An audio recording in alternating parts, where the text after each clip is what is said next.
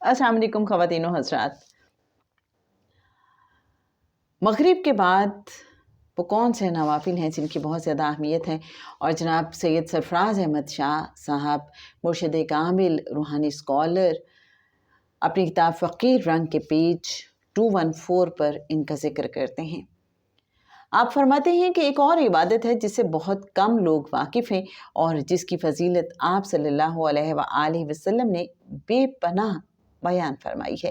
مختلف احادیث کے مطابق اگر کوئی شخص یہ نوافل 4 رکعت یا 6 رکعت ادا کرتا ہے تو اسے نہ صرف بلند مرتبہ عطا ہوتا ہے بلکہ بہت سی نعمتوں اور برکات کے حصول کے ساتھ ساتھ اس کے 40 سال اور بعض روایات کے مطابق 50 سال کے گناہ معاف کر دیے جاتے ہیں۔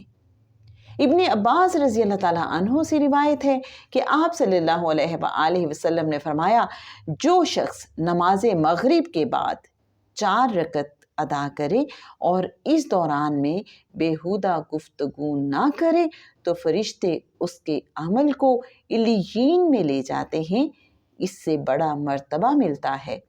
ایسا گویا اس نے شب قدر کو مسجد اقصیٰ میں پا لیا۔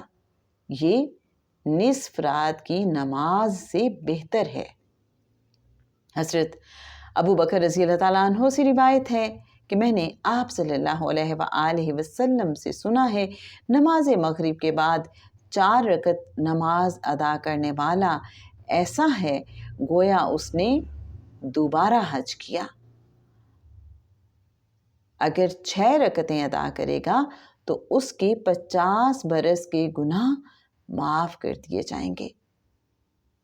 حضرت عائشہ رضی اللہ تعالیٰ عنہا سے روایت ہے کہ آپ صلی اللہ علیہ وآلہ وسلم نے فرمایا، اللہ تعالیٰ کو نماز مغرب سب نمازوں سے زیادہ عزیز ہے، کیونکہ اس نماز سے آدمی اپنے دن کو ختم کرتا ہے اور رات شروع ہوتی ہے۔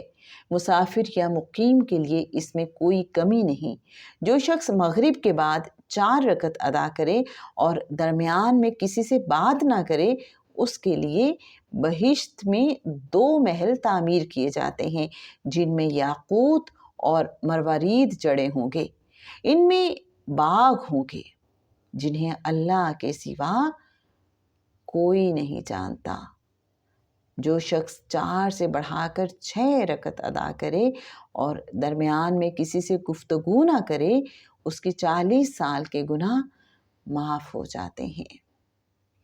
جناب اس کا ریفرنس غنیۃ الطالبین میں سے بھی لیا گیا ہے۔ اگر کوئی دیکھنا چاہے ریفرنس ایک اور کتاب میں سے تو غنیۃ الطالبین کا پیج 470 کنسلٹ کر سکتا ہے۔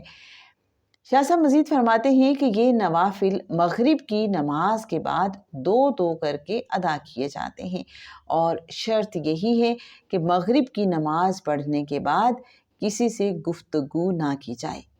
اس نماز کی ہر رکعت میں سورہ فاتحہ کے بعد ایک بار آیت الکرسی اور 4 قل پڑھے جاتے ہیں۔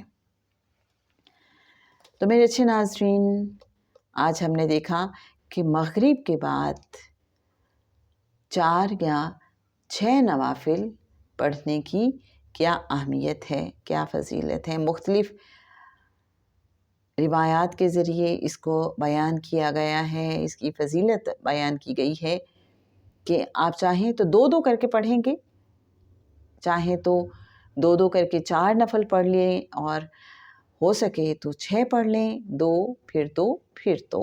اور اس میں شاہ صاحب نے طریقہ بتا دیا کہ ہر رکعت میں ایک بار